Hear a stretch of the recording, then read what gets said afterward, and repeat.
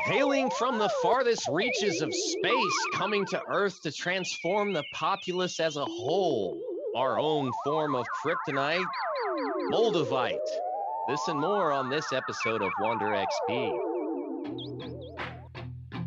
I think all of us can say that we fear that leap of faith, that finding comfort in the people, that going the extra distance and seeing the things we never thought possible in ourselves and in others. And that is the ultimate wonder experience.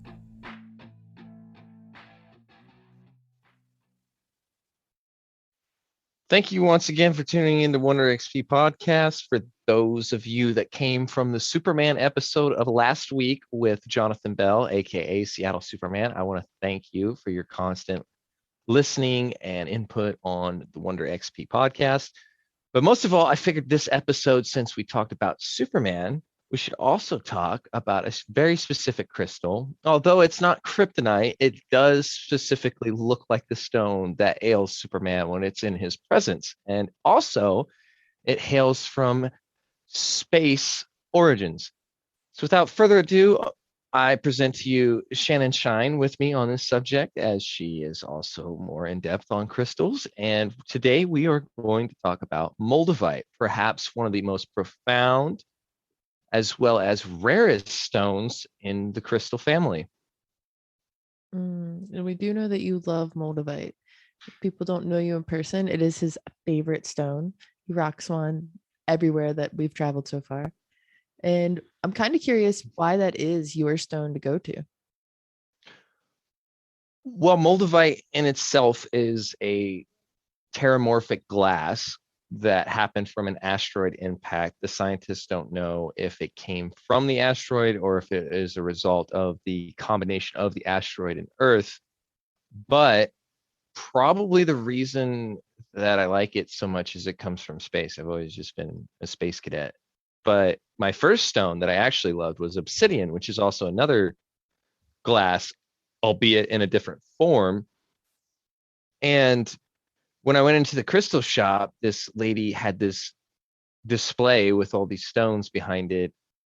And I particularly saw this one stone that was like green in color and had this weird name. And I asked her about it. She told me all about the stone and how rare it was and what it did. And I was like, I got to have a piece. And I don't know, I think I've owned like probably like 10 or 15 different size pieces over the course of the years since I fell in love with the stone. But overall, I'd have to say that it's just because of its weird origins. So Moldavite to me is an interesting stone. Being somebody who owned a crystal shop for a hot minute, it was a stone that was either really popular or really not. And the people that came in for it always were looking for something very different. And many of them were super sensitive to it specifically, but not so much other crystals. It was like Moldavite was their stone. And for those listening, I don't know if we mentioned on this episode about how sometimes people are more sensitive to certain crystals. There's a certain electric pulse. There's like a word for it. I think it's pronounced piezoelectricity, where you can actually feel the energy coming from certain stones. It's a pressure that comes from organic material and how it's created. And Moldavite specifically, like you said, it's created from an asteroid. It can only be found, if I'm not mistaken, in one place in the world right now. Yeah, that's the Czech Republic on the southern border by Austria. It has a couple deposits that we know of, although it particularly formed from the crater region, which I'm not even going to try to pronounce the name because it's in Prussian. But specifically to really put in perspective how rare the stone is itself, the world's second largest dump truck, you can actually read the article that will be up on Tuesday for this specific stone if you feel like just diving in more in depth on what it has to offer. But there's the dump truck, the Caterpillar 771, I believe, that holds like 440 tons worth of material.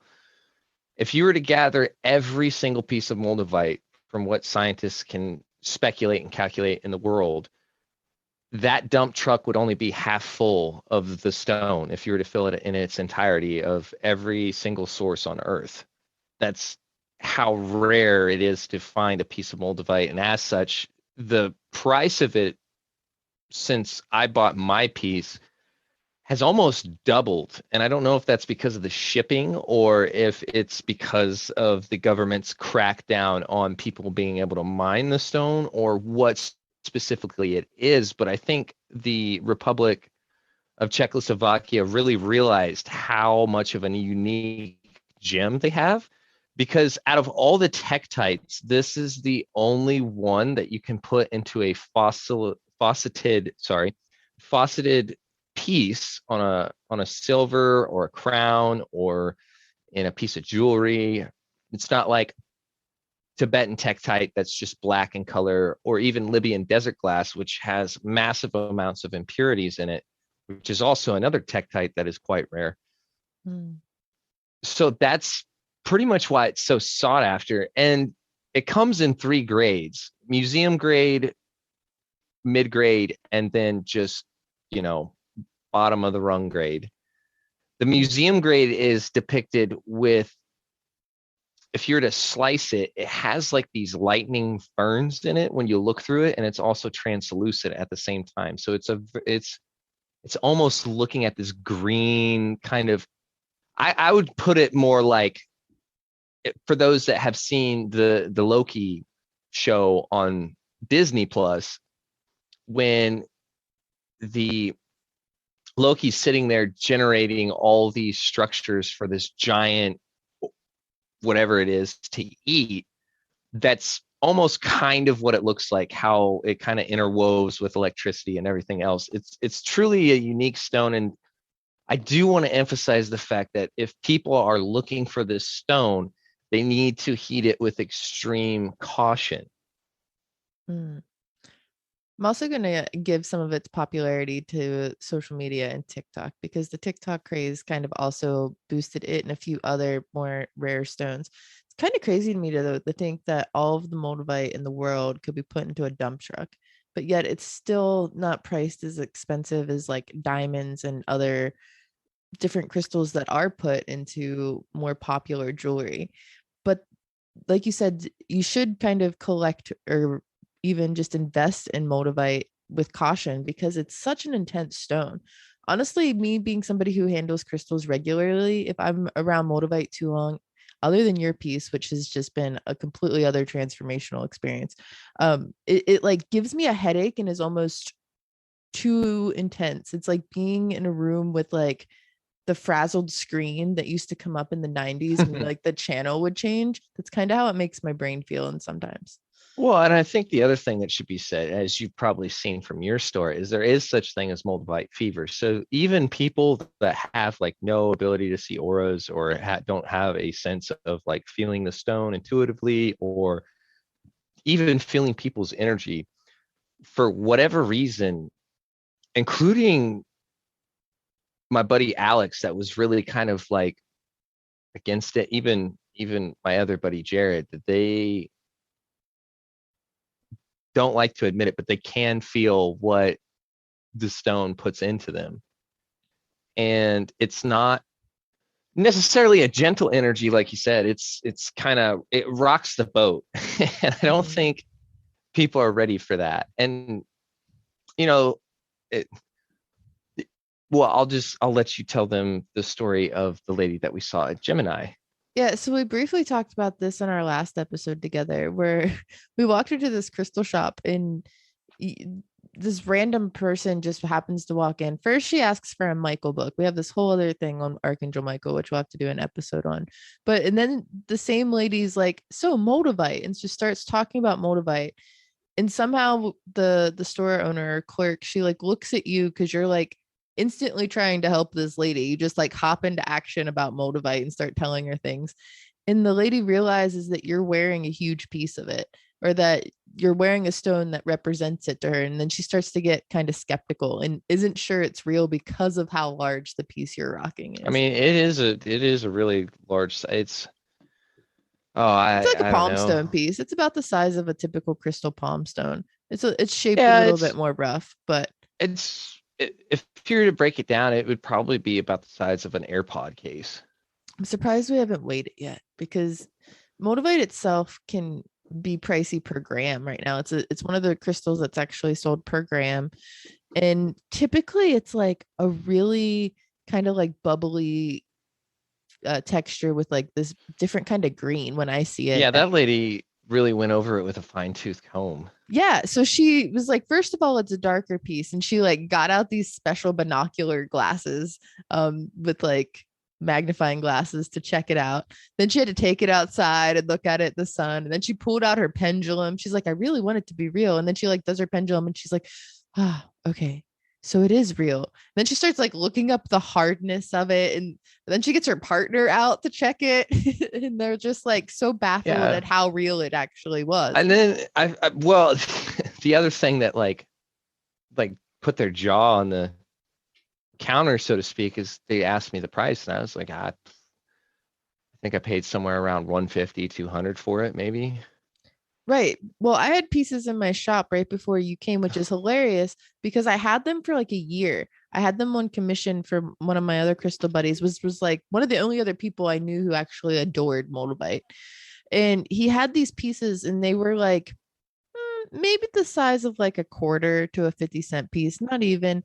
And they were like several hundred because of their gram weight. And yours is probably twice the size of those pieces. If not, yeah. And so the other thing is with any stone, the bigger the piece, obviously, the more effective it's going to work. So like, and I also stopped wearing it for a little bit because I got sick and tired of losing pieces of Moldavite.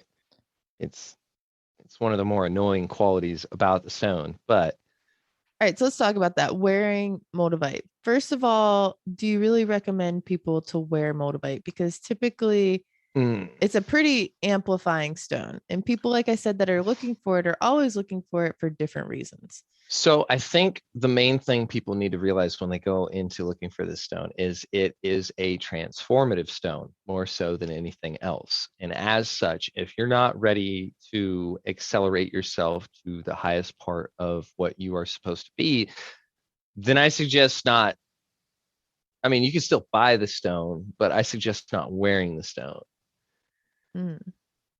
Because go on. No, you're right. I was gonna say because it is like it's a self-awareness stone. It's supposed to help assist people who are really looking to release past traumas and to amplify, like you said, their like personal mission. But it also helps kind of I don't know if decode emotions, but it definitely amplifies emotions. Well, I don't think when Dr. Joseph Mayer discovered it in the University of Prague that he really realized exactly what he had stumbled upon, because he just considered it a natural glass of volcanic origin. And then his studies went on throughout the 1800s and then into the 1900s with satellites and everything else starting to come out in the 80s and 90s. We realized that it was because of a crater. And if you go in with that mentality, you got to realize that Tectites in particular, especially Moldavite, because Moldavite, first off, it is a stone that gives no shits. So if you're not where you're supposed to be in your alignment, it will literally tear everything out. Like, you want to talk about TikTok. I don't know how many girls or guys that I've seen just literally in tears because of the stone. Because they're like, I lost my job, all these things. I'm not saying that's like. Okay, so we're talking about a lot of other people's experiences with it. Let's talk about your experience with Motivite. What are some things that have happened in your life, Allan, since you started wearing Motivite on the reg? So like I started wearing it, I don't know, consistently, probably when I was around the age of 25. Yeah, so let's talk about that a little bit. That's probably right around when your spiritual journey started, which is something I typically like to talk about on the Bring Me to Life podcast. Which is funny. So my ex-partner, I actually made her a Moldavite piece, and that was one of her favorites. She wears it still to this day, as far as I know, all the time. But so my personal experience with it is it didn't really do anything negative per se, because I think I was already attuned to it. Maybe I don't really know. but it was always one of those stones that I could feel. Like if I get in front of a large amount of Moldavite, like it definitely has an effect on me. Like it definitely uh, interacts with my aura, which is one of the few stones that has that ability. Like, don't get me wrong, I'll still feel stones, but that one in particular is just like basically putting a high voltage battery on my nipples, so to speak, of Ridiculous. charge. But But like, I want to know your personal experience. So you said it started at 25 is when you started to feel drawn to this yeah, I crystal. wore it off and on at 25. I didn't And really take it seriously then. And then at 26, after like the whole breakup thing, I wore it like nonstop. And so when do you so think your spiritual journey actually started though? probably after the breakup, honestly. Okay, so And was that around 25-ish? no, that was around 26. That's when I started tower climbing. Like, Oh, so you started collecting Motivite in around the yeah, age 25. I started collecting Moldavite around the age of 20. I just never wore it because of how expensive the pieces were. And then Okay. I would get commissioned people to do pieces for them. And then that's why I found most of the intricacies of the stone is because people were like I'd make these pieces at their request, they'd buy the stone, they'd give it to me, and then I'd wrap it, and then they'd start wearing it. And then like I'd check in on them like a couple months later, and they'd be like Okay. 1% of them were like, thank you. And then the rest of them were like, I don't know what the hell you put in the stone or what kind of energy or whatever, but like it has been nothing but trouble. Well, I'm just intrigued over here because it sounds like a case of getting a spiritual object because we just also recently talked about how life's a video game. So it sounds like the case of Right. getting a spiritual object and you just weren't ready to unlock it yet. So then you started wearing the stone. You've had such a life shift, which I feel like is what we're Yeah. missing here. You've had so many life shifts. So you've shifted careers, you started activating your passion. Like you weren't really like going full force with your passion. It was before you started traveling that you started collecting and getting into Motivite. And then Hmm. it like super shot you into this different direction that Right. has Which is amplified something, you to be the yeah, it's person you are something that it today. definitely does in people.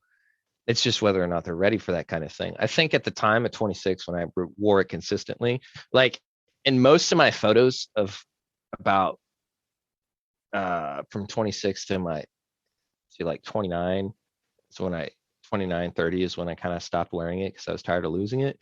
Mm. You'll see me consistently wear some form of it in various sizes and stuff, and it did a lot of transformation, and maybe part of that was on me, but it certainly helped. And it's also um kind of a manifestation generator. Like it definitely brings things into the fray.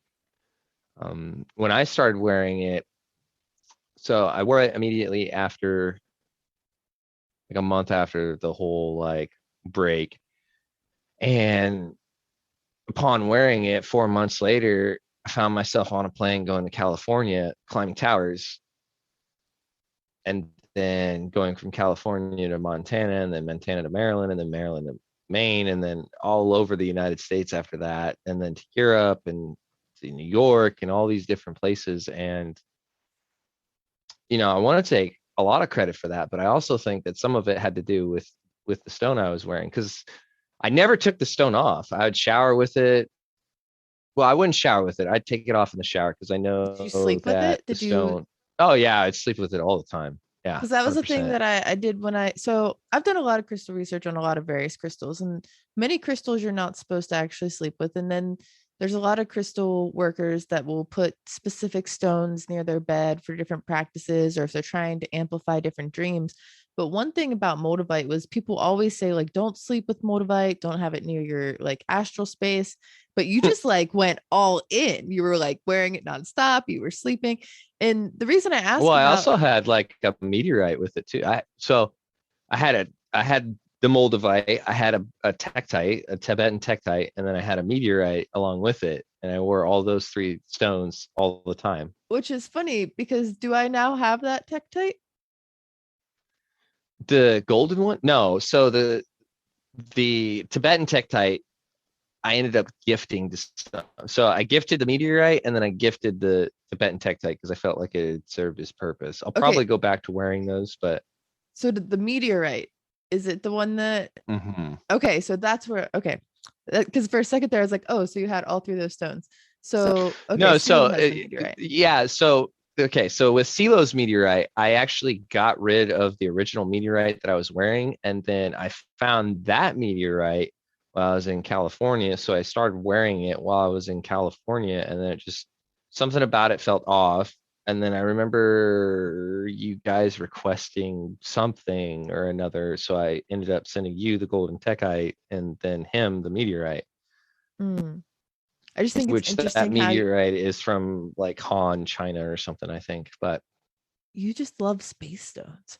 But I did want to ask, like, your like part of your personal experience and your spiritual journey, because when I talk about crystals, we can talk about other people's experiences, we can talk about all the things we read on the internet, but what I really like to hear about is what happens with the person after they started working with the stone. So it sounds like I mentioned earlier, you started to collect Moldavite, you weren't ready to quite accept its mission yet, and then as soon as you started kind of wearing it again, you unlocked this series of opportunities for you that may or may not have had to do with the stone, but it's kind of like again, like if life was a video game, we've unlocked this opportunity for you to go on this spiritual journey, and you've now had this magical item that you took on all these journeys with you, you've put intentions into it, you've given it significance, and it now does help you on your awakening journey, correct? Like you seem pretty, I don't know if attached though is the word, but intrigued by Motivite as a whole. Like anytime we go into any crystal shop,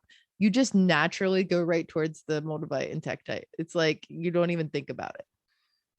yeah, generally, I mean,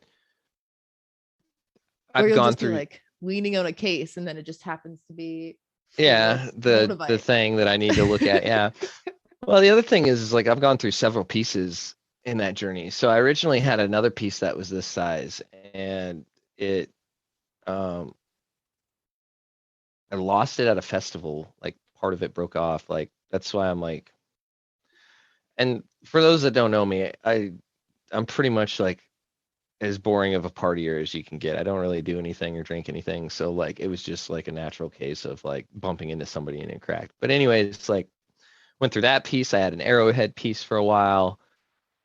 And it always just seemed like it would disband itself from me at weird times. So I always had to get another piece. But that's why I got it on the chain I have it on now, and why I have it wrapped the way I have it wrapped, is because I don't really care for the stylistic part of it so much as that sucker stays locked in and it's not going anywhere.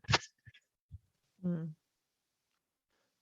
But I Interesting. also think it's really interesting now that I think about it that I was like wearing 3 other space stones. Well, You just had all the space stones. All right, so let's talk about some of those space stones.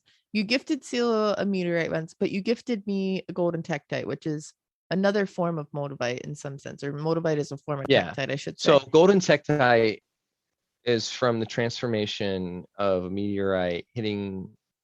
They can't find the impact crater because of the Libyan desert, the way it moves, but the pieces are all strewn about in probably one of the most inhospitable regions in the entire world. Like the temperature there reaches anywhere from 125 degrees Fahrenheit to about -20 at night. So, getting a piece of golden tektite is chore in all of itself. And King Tutankhamun's ceremonial breastplate, when he passed away, had a huge nap beetle of golden tektite, and people revered the stone. They thought it was tears from gods in the sky, and so they figured that if they kept the stone, it would transcend them into the afterlife. Hmm. So your specific stone, golden tektite, is a better manifester than Moldavite, and its energy really resonates well with the solar plexus, whereas I would say Moldavite connects with the heart chakra and the,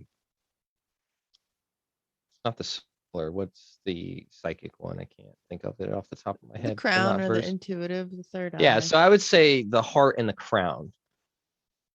And what did you Because say one tektite thing, would be? the golden tektite, Golden Tektite would be more like solar plexus because of it's got kind of a more of a warming and a gentler energy to it, and it doesn't really try to force things. Now, I will tell you that with the Golden Tektite, whatever your mindset is, or just your general perspective in life, it'll definitely manifest whatever you want, but it also manifests whatever you think or say. So there's a word of caution, I guess, that could be said about that. And I think when people go and get these stones, they just get them because they're rare and they hear that they do crazy things, and they do all those things. But the understanding you need to have with any Tectite is that they demand respect. And I think a lot of people don't have that mindset when they go in and they buy a crystal, which I'm pretty sure when we were in that crystal shop, I told the lady that. She just looked at me like I was crazy. And I also told her, you're making a huge investment for one, but besides that, if you're not ready for a jolt in whatever direction you're supposed to go in, I would shelve that idea until you're fully, more into yourself. It's definitely, they're both definitely interesting crystals. I think you actually said to the lady, "Are you sure you're ready for that?" To which she just looked at you okay. like, So "Excuse yeah, you? she Who thought I are was, you?" yeah. Well, I mean, like that's what I tell everybody. Like my buddy Alex, shout out to Alex the Great. Check out that crypto episode with me and him. He actually wore and still has a huge piece. I actually got him into the stone and he really liked it, but he also knew when it was time to kind of set it aside and stuff. The age specifically of Moldavite, they're thinking somewhere around 14 million years ago from that asteroid impact. You can actually still see the crater here in the Czech Republic of about 24 kilometers in diameter. Interesting.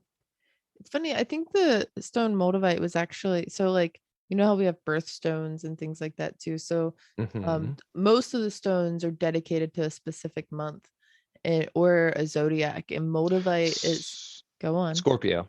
I was gonna say it's dedicated to Scorpio and typically the month of November. And we're recording this just synchronistically like the last day of October in the beginning of Scorpio season. So it just happened to be that we were kind of called to have this discussion during Motivite's time of the year too. So I often wonder when we just kind of collectively give these stones to certain times of the year, if that's kind of like when they were created, or if because like we'll never know when that asteroid actually hit. Similar to the Golden Tektite too. It was technically, they said, like some sort of asteroid in the Egyptian era, and that's why it was so powerful for them, and that's why they did think it was tears of God. Like imagine seeing asteroids coming and then like it just being this crazy hot molten atmosphere, and then all of a sudden there's just crystals. Well, there's also some theories around it, depending on how crazily you want to go with it. It's your podcast. Go for it. Yeah. Well, so the only other place that we've seen something similar to this specific crystal branch is the Trinity sites, where there is a stone called Trinionite, which is actually radioactive. You can go and pick it up at the desert, and it has similar properties to those of the stones that we mentioned. So some people theorize at some point there was some sort of war on Earth, and it's actually talked about in the Bible and in the Quran and in the Jewish texts, even in some Roman and Egyptian mythologies, about a massive, huge explosion. So some people think that we may have had nuclear weapons at some point, or some sort of huge energetic kind of bomb, so to speak, that created these, but we just don't know. Because after that much time, most of the radioactivity or the isotopes that would be on that, like Trinionite, have since faded away. I'd also like to say that there is a lot of fakes of this stone, like exceedingly amount of fakes. So that's probably why the woman was very skeptical, because if you get like a huge piece like mine and it's just like dirt cheap. Now, granted, I knew the person when I went to go buy it, but there's a couple ways you can test the piece. There's the scratch test. You can look for bubbles. And that's also why Golden Tektite is an amazing piece to purchase, is because you can find an actual piece of Golden Tektite relatively easy versus Moldavite, which is harder because you can't see through it. But in Moldavite, when you look at it, the bubbles will actually be elongated. So they won't be perfect circles.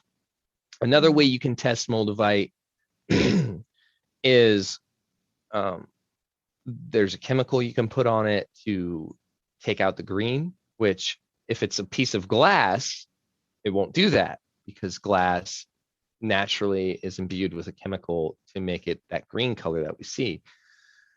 Also, another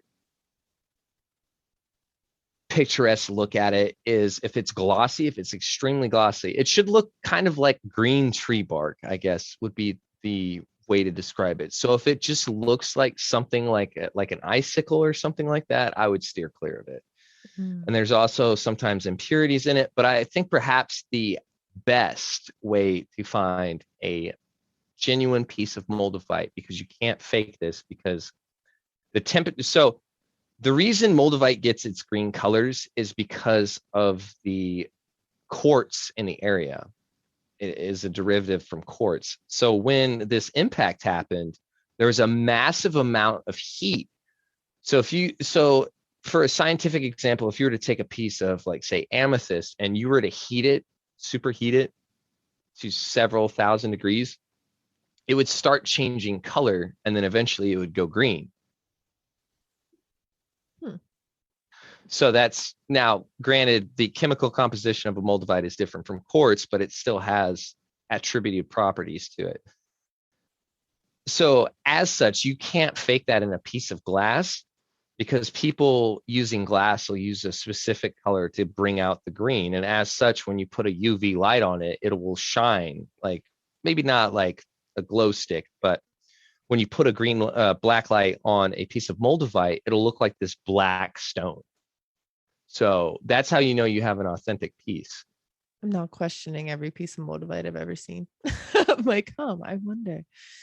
No, but that's a lot of stones. So there's a lot of stones that are just being replicated right now. And it's kind of frustrating too, with the just the high interest in the crystal connection right now. Everyone's clairsentience is becoming stronger as we all kind of start to wake up to, the magic of crystals in general. It's going to be a little bit harder to figure out what crystals are real and which ones aren't. There's a lot of fakes of all kinds going around, so it's good to know these different tricks to test crystals.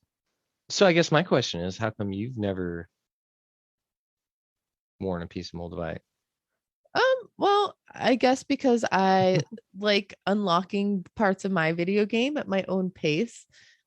Wearing the Golden Tektite that you've gifted me alone has sended jolts through my reality, shifted my career path and focus many a time this summer, after wearing it regularly. And I have what? I think you've worn that stone for like what,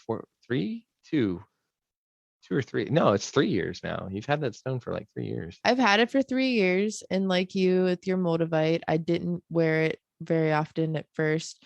I wore it for like 3 months, and then I thought I honestly lost it, and I was terrified to tell you. I was like, oh no, where did this crystal go? And it was odd because I had actually had a dream, and you had just kind of like walked by it in passing, and like a few synchronistic times. It wasn't even just one dream, it was like 3 different dreams. I was like, where did that crystal go? And then I rearranged my whole room. Like, I had this jolt of energy to basically just like shift my room and shift my house. And like, when I do that, I'm like moving all the energy around. And then I found it, and it was under my wow, my microphone just did something weird. I wonder if that's in the recording. But as soon as I found it, it was under my like bed, and like between my bed and my pillow. And I swear I didn't actually put it there, but it was like giving me these intuitive messages. And then I started wearing it pretty regularly again, like 6 months later. And as soon as I did, first of all, you started talking to me pretty regularly, which I found very odd.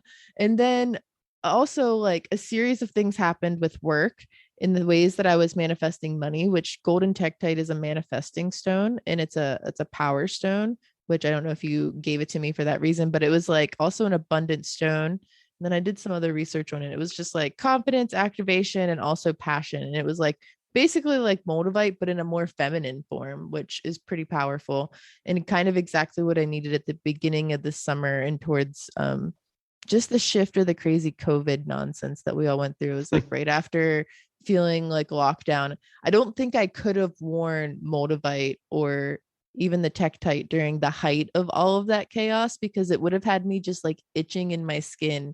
And like I was already like frustrated at how slow the collective was taking the awakening process. I was like, all right, why are we not like having a revolution? Why is everyone so slow at like figuring out this thing? Like, I don't know if I should have been around Motivite or Tectite at that time. It like came to me again at the perfect time. And like I said, it's already sent me into a jolt. Now I do have like probably like a quarter size piece of Motivite and another small piece of Tectite, I think, hanging in my studio next to where I make jewelry. And it's kind of like, it's honestly still in a bag, because touching it kind of, like I said, it makes me feel like I'm touching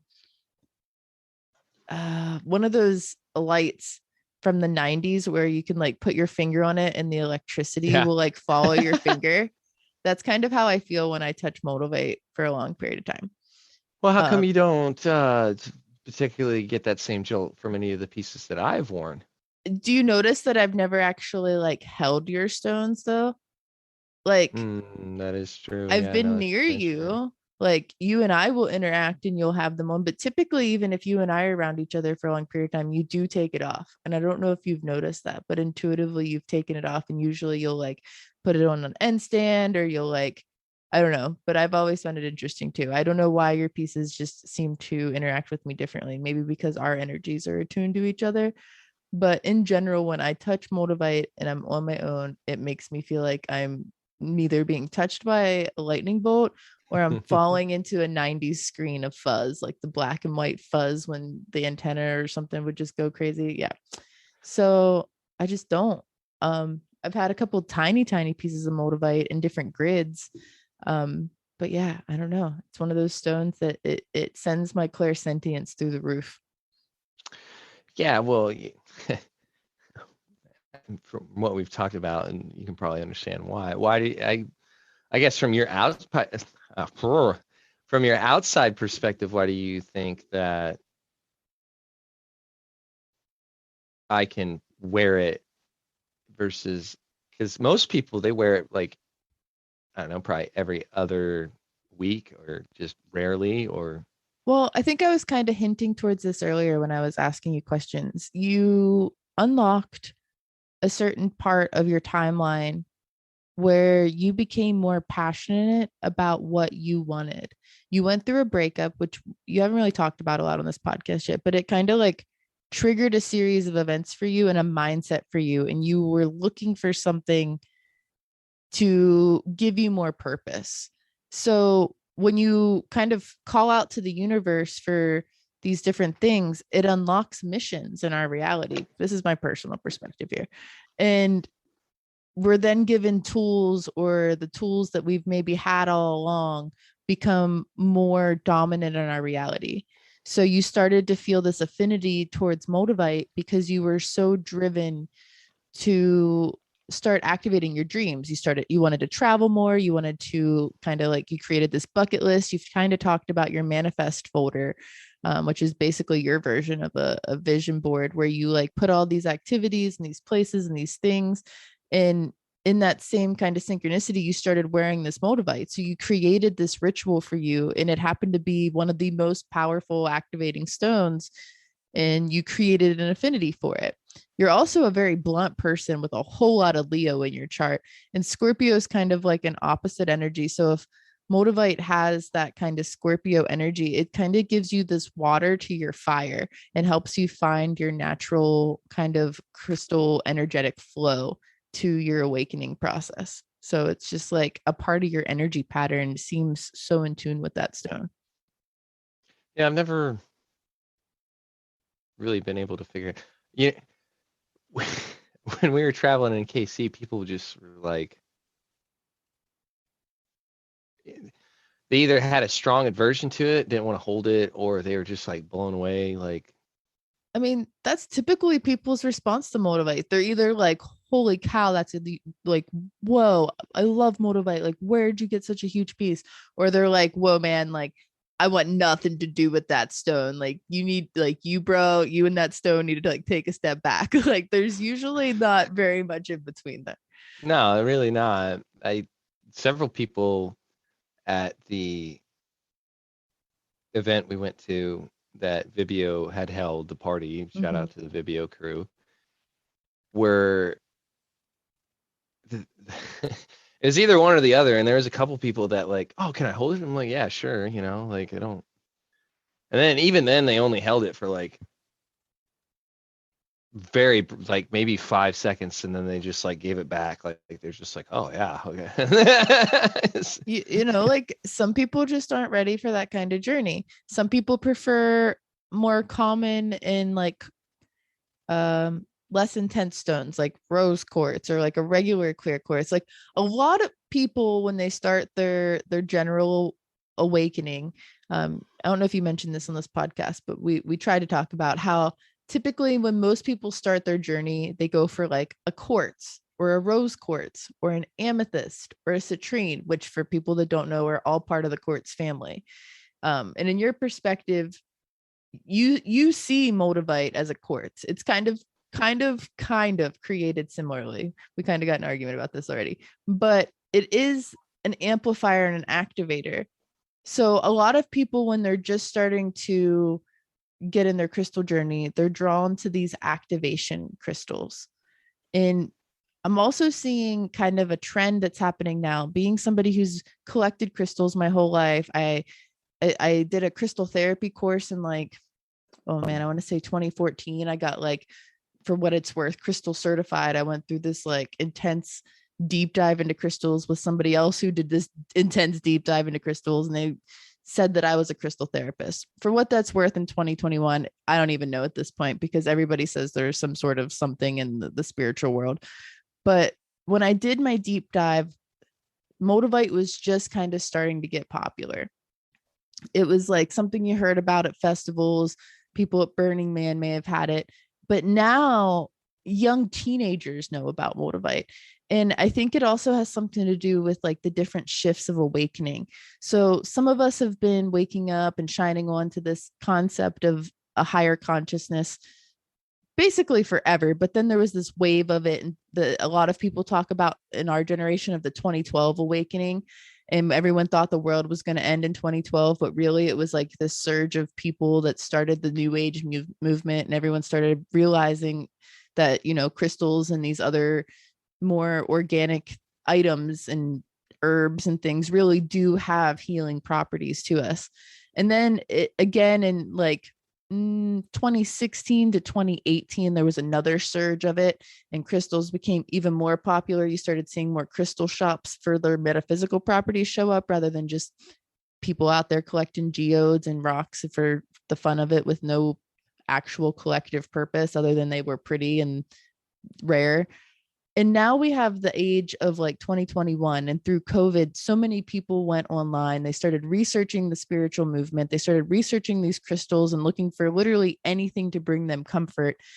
And Motivite has been one of the stones that a lot of people again are either really drawn to or really turned off by, because they're either so ready for their spiritual awakening or they're so not, and they're trying to like work through the day-to-day shifts or timeline jumps or whatever you want to call them on their own. But people like you who love Motivite, you're like so ready for the new world. You're ready for like crypto to be mainstream, and you're ready for people to like realize that it's important to go after their dreams. Like we've talked about all these different things. You seem like you're so ready for the new world in a lot of different ways, and a lot of people who are drawn to Motivite, they're ready for some like, I don't know if instant shift, but they're ready for like the movement collectively to take place.